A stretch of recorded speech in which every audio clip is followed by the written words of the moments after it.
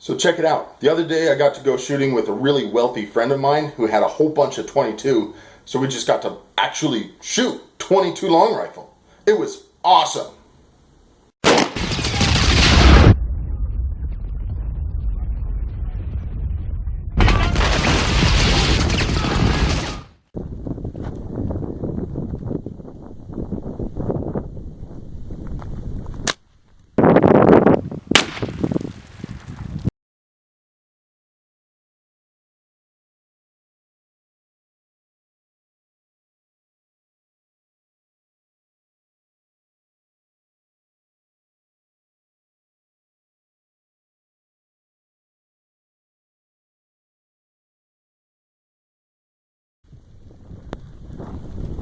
Ja.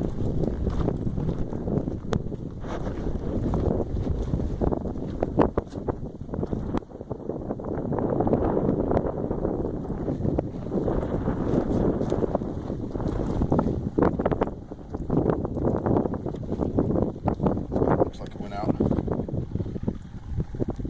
Little pieces of it in there. Most that was from the fusion. I think you're